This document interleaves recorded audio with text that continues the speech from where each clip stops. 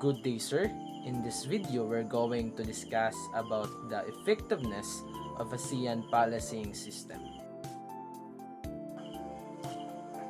The effectiveness of ASEAN policing system is a multifaceted issue, deeply intertwined with the diverse political, economic, and social landscapes of its own 10 member states. While significant progress has been made in certain areas, particularly in regional cooperation against transactional crime, significant challenges remains in achieving consistent effectiveness and accountability across the entire region. This response will delve into the complexities of evaluating ASEAN policing, examining both its strengths and weaknesses. Defining effectiveness.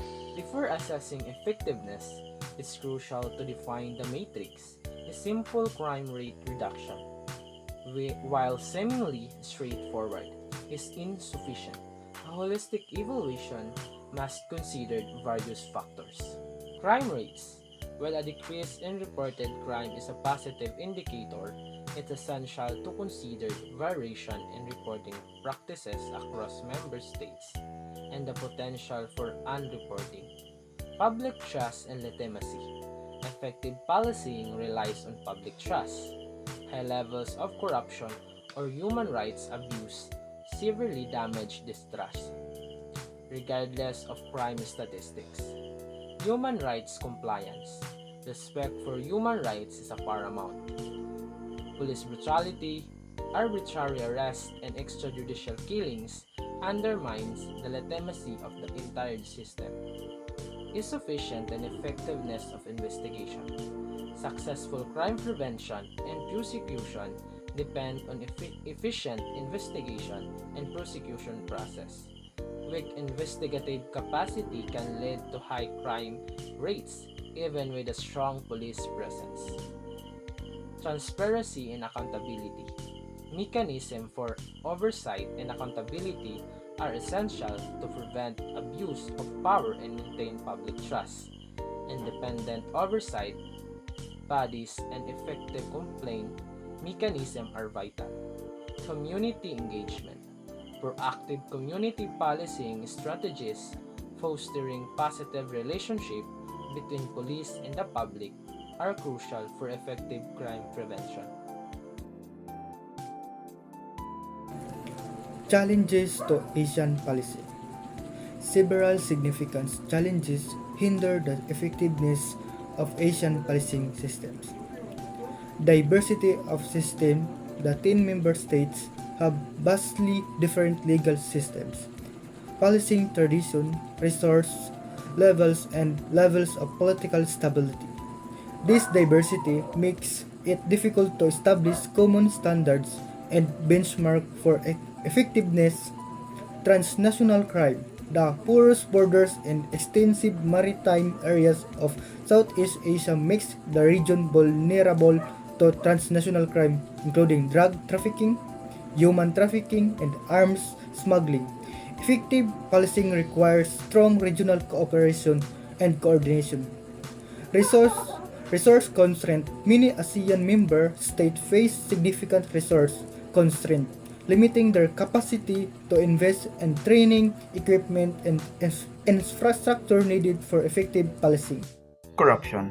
Corruption within police forces undermines public trust and hinders effective law enforcement. It can lead to impunity for criminals and endure public confidence in the justice system.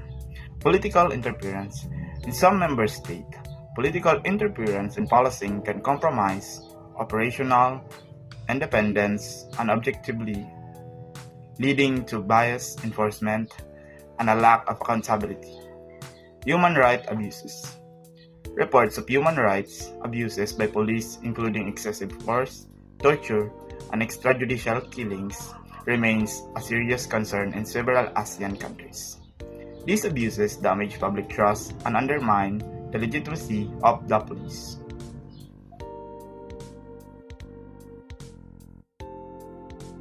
Positive developments and initiatives. Despite the challenges, some positive developments are noteworthy. ASEAN Pool or ASEAN Chiefs of Police. This organization facilitates regional cooperation, information sharing, and joint operations against transnational crime. Capacity building programs. Several initiatives focuses on improving police training, professionalism, and human rights awareness. Increased regional cooperation. There's a growing trend towards greater collaboration between ASEAN member states in combating transnational crime, particularly in areas like counterterrorism and drug trafficking. Technological advancement. The adoption of new technologies such as improved forensic techniques and data analysis tools is enhancing investigate capabilities.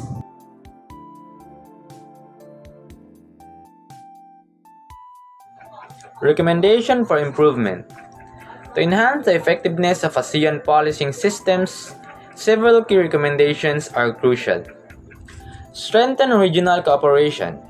Further strengthen ASEAN pool and other regional mechanisms to facilitate information sharing, joint operations, and intelligence gathering. Invest in capacity building. Increase investment in police training, focusing on human rights, community policing, investigative techniques, and anti-corruption measures. Promote transparency and accountability. Establish independent oversight bodies to monitor police conduct and ensure accountability for human rights violation.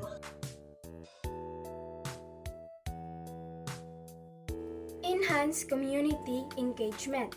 Implement community policing collaboration between police and the public. Address resources imbalances. Work toward reducing resources disparities between member states, ensuring that all have the capacity for effectively enforce the law. Promote legal reform. Harmonize legal framework where possible to facilitate cross-border cooperations and streamline legal processes.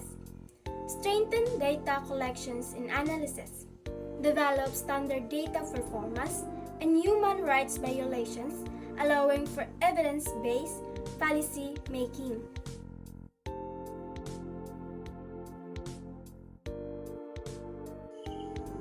In conclusion, the effectiveness of ASEAN policing system is a dynamic and evolving issue.